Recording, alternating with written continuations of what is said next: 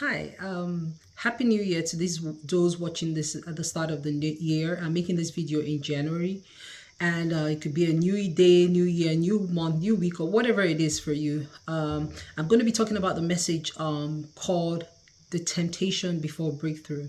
That is the temptation before breakthrough. Now, the story of Abraham and Sarah and the promise that God gave them is a very popular one. They had waited upon God to bless them with a child who God had said will be will be the beginning of Abraham's descendants that will be on for many generations, and they had waited years and years and years. Now, in Genesis chapter 18, three men came. Two are angels, and one was God in the form of man. This is not Jesus at this time, but God came in the form of man. And he told Abraham and Sarah that by this time next year, he gave them a definite timeline for where the manifestation of the promise will come. So he said, by this time next year, you would have a son, and the popular story of how Sarah laughed and all so forth. And the manifestation of this promise came in Genesis chapter 21. Sarah gave birth to Isaac a year from where the promise was given.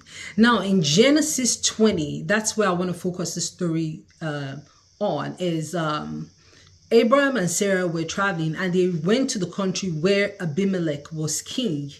And Abraham at this point told, I'll say partial truth, saying Sarah was a sister. Yeah, they were related.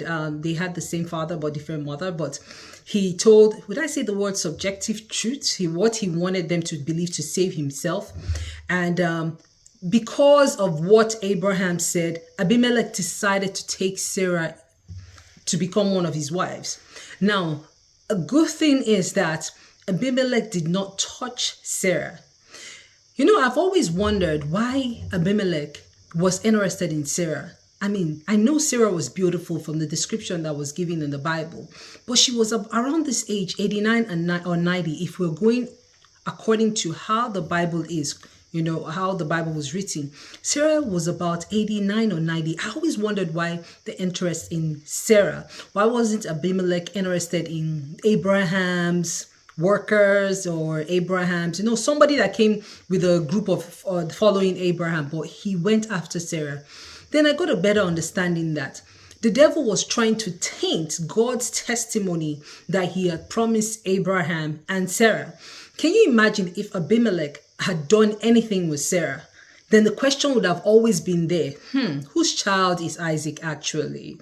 After all, Abraham and Sarah have always been together, never had children, but yay, Abimelech came and suddenly Sarah is pregnant. Oh, maybe it's Abimelech's child.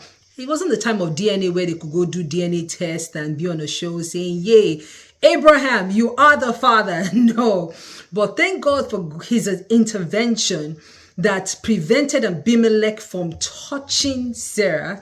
And furthermore, God had to publicly announce that, and where Abimelech said, I didn't touch her, everybody was made aware, because that rumor would have gone around. Now, back to the story of the temptation before breakthrough. We always have to be careful when we're waiting on God for something, when we're believing God for his promise. Most times when we're almost at the edge of our breakthrough, like the song says, when we're almost at the end of our breakthrough, the devil brings something, a temptation. Now, in Abraham's scenario, he was afraid of being killed, because Sarah was beautiful and they will want her and they'll kill him. Whatever it is, the temptation comes. Temptation, someone told me, oh no, I heard somewhere, doesn't always appear to be a bad thing. It's not obviously a bad thing of, let's, do this. Sometimes it comes as a form of a way to self-preservation, sustainability, helping someone. So we have to really be careful. It calls for discernment and pray that when we're expectant from God, or when we know that what we are believing God for is around the corner, that temptation that comes before the breakthrough, we need to ask God to help us overcome it in Jesus' name. I'm not saying that this is a hard fact, it's always going to be like this, but because of who the devil is, who tries to steal, kill, and destroy. Sometimes he tries to defer or destroy testimonies, or he tries to ensure that what God has promised us does not come to pass, because he's the accuser. He will go up and back and accuse and say, look at what Sarah and Abraham did. After all, see what Sarah did with Abimelech.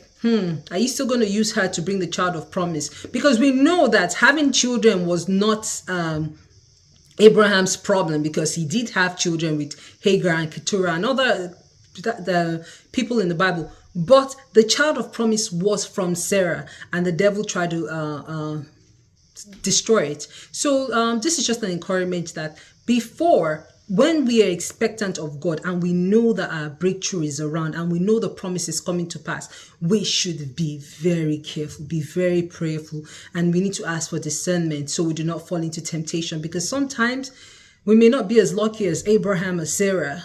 Sometimes I just hope that whatever the situation, that God helps us and sees us through. And I pray that whatever it is that you're expectant of God for this year 2024, and whenever you're watching this video, whatever expectations you have from God or of God, I pray that it comes to pass, and we stay tuned to his spirit. Thank you very much. Have a lovely, lovely day, or a lovely time, lovely week. God bless you. Bye.